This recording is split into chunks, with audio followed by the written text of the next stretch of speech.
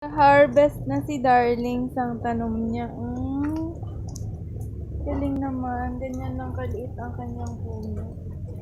Ang daming bunga ng ampalaya. Ito sa kaperasong lote na available.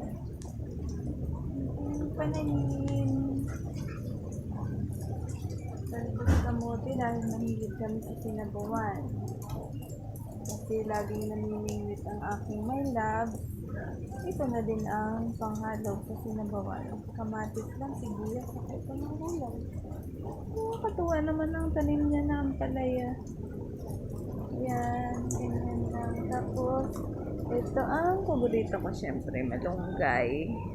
Bawat luto ko nilalagyan ko ng malunggay. At ang kanyang sili, ang daming bunga. Pero hindi naman ako makagamit ng sili ngayon dahil acidic ako. Ito lang ako ang palaya saka ang luya sa mga gulay na yun. Sa aming munting inuupahang maliit na lote.